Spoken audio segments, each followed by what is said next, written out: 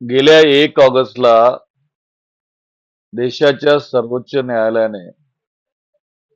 अनुसूचित जाती जमाती प्रवर्गाबद्दल जो निर्णय या ठिकाणी दिला, तो निर्णय भारतीय संविधानाला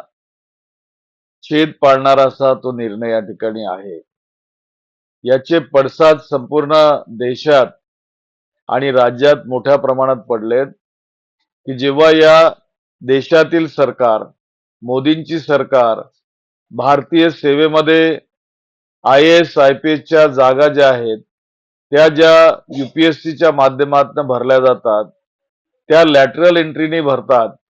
आणि नोकऱ्या उपलब्ध नाहीत, कंत्राटी कामगाराच्या माध्यमातून जागा भरल्या जातात.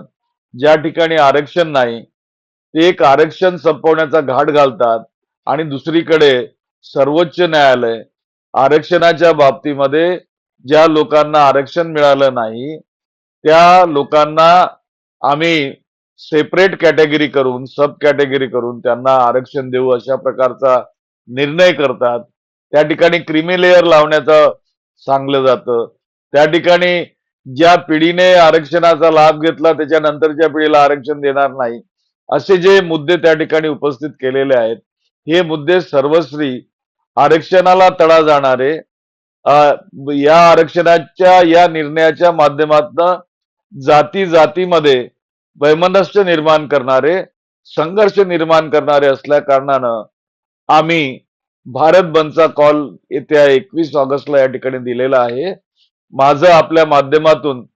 राज्यातील समस्त जनतेला, आंबेडकरी जनतेला, दलित आदिवासी बांधवांना निवेदन आहे की त्यांनी मोठ्या प्रमाणात या आंदोलनात सहभागी व्हावं, भारत बंदच्या, आणि आपल्या अस्तित्वाची लढाई अखेरपर्यंत लढण्यासाठी सज्ज व्हावे, या देशाचं संविधान वाचवावं, ही विनंती आपल्या माध्यमातून करतो आहे.